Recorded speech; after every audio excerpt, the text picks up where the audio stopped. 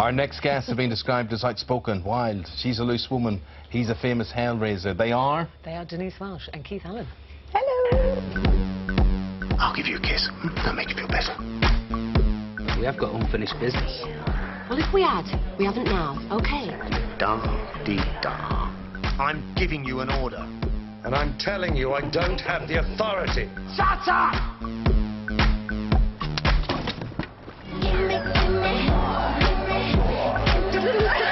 Relax. I just think it's so rude. Stop whining, Gizmo. If I wanted a wife, I would have found one with better legs. Why don't you ever kiss my ring? Oh, my God. Well, it mustn't make Keith laugh because he's had a chest infection. We might set you off, mightn't we? Yeah, I was going to say, on the sofa with two living legends of TV. Denise How does it feel? Denise and I think what's, you know, very, very impressive when you look at all that you guys have been through there, and the fact that it's over such a space of time. You were, how young or old were you when you started out? Me? Yeah. About 28, 30. So you were a late comer? I came to it late, yeah. Yeah, what were you doing before that? Everything. Coal miner. All sorts of things. Well, you're a coal miner. I was a coal miner, yeah. See, I like all that life's experiences that you bring to your Why did you roles come and to it so late, then? I guess I think I'm a late developer, you know, in everything. Takes a long time for me to learn anything. Yeah, I'll thanks for that. What's he like with his lines, Denise? Oh, my God. Well, Keith gets a glazed look on his face, and we know that he's gone. But his get out is always, we're a family, we're a family, and we all think, oh my God, here we go. And that family are a is family, the Smack yeah. Family Robinson, Yep. and this is at the Rose Theatre in Kingston, in Surrey, and it's touring around the country, isn't it? No, it isn't. No. It's just at the Rose till April the 20th. You guys there, yes, it has been around the country, and I'll come to that shortly. So tell me about the Smack Family Robinson.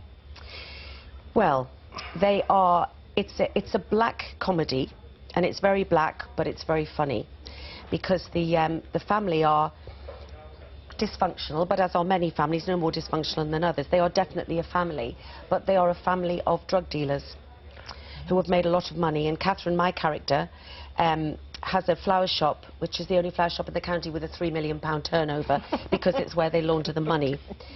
And Keith's character, Gavin... Is this serious, is this a comedy before we go in? It's a very, very black comedy. All this in leafy Surrey. In leafy Surrey. Who'd have thought? And Keith's a man of the 60s, isn't he? And well, Yeah. we both are. I mean, this is why I look like this. I don't actually look like this in real life. I've based this on, what's his name, Lemmy from Motorhead, and Tony McPhee from the Groundhog. Very good, very good.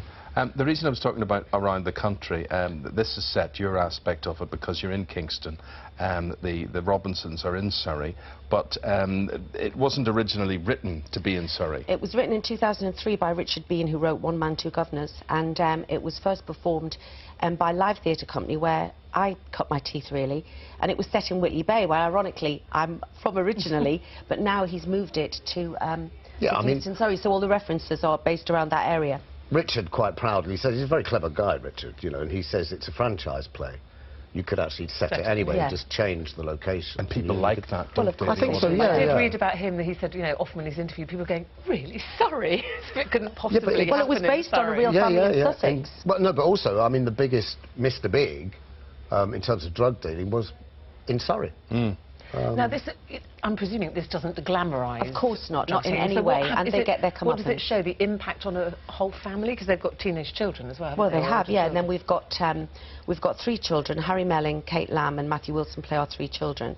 And Kate's character, Cora, is the sort of the Safi of the gang. One of my lines is, she doesn't smoke, doesn't drink, doesn't do drugs. I'm worried about her, Gavin. She's not normal, because that's been their life. But as I say, it's quite difficult when you talk about the context of the play in this situation because of the nature of it.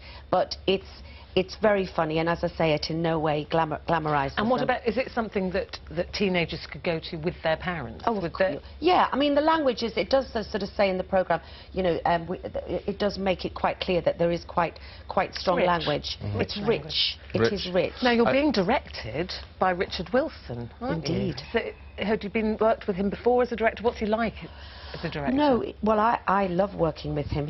I don't believe it. I don't believe it. You had to do that, didn't you? Yeah. I was on a cruise I at wouldn't have done it Christmas. if he had been sitting there. No, he doesn't like that. Doesn't like that. I was on a cruise at Christmas with Lincoln, and I got a phone call at what was our 6 o'clock in the morning in the Caribbean, and I just thought, what's Victor Meldrew doing giving me a call? And he offered it to me, and he works in a different way that I'm used to, doesn't he? Yeah, what he does, he really wants you to embrace the text, you know. So there was a 4-week rehearsal period, and for the first 2 weeks, we just sat around on chairs. Didn't get it on its feet at all. Nothing. Just reading and reading and reading and reading. And I could see that. Well, Denise, you were worried, weren't you? Because I was worried. I think Denise likes to stand up. Because I've done plays in my past, you know, like Drop Your Knickers and Cry Murder, where you start rehearsing on the Monday and open on the Wednesday. So it was. It's been a glittering career. Yeah, Drop glittering Your career. Knickers and Cry Murder. Yeah, well, it's sort of an amalgam of all the different rubbish things I've done sometimes. But just a this quick has got one. rave reviews, I would say, already. It's got 4- and 5-star reviews. Yeah. By the main broadsheet, so we're absolutely thrilled. It was quite nerve-wracking on press night, wasn't it? But just a quick one. Will you have a matinee tomorrow, or will you be watching the National? We'll have a matinee, but I can watch the National on my computer. Yeah. No problems with the National? I'm not really fussed, to be honest. I mean, you know, I do that thing in a little sweepstake and everything. Yeah. I mean, of course, you know, but I was listening to John McCurrick earlier, and I know that this, you know, that there are always going to be casualties in racing generally. Yeah. Guys, thanks a million. Thank Good you. luck with it. They're there until the 20th of April. 20th. Yeah. And it's at the Rose Theatre in Kingston. Smack Family Robinson. Thank you very much indeed, Keith and Denise. A competition for you now. Don't miss out. Here's Jeff with all the details.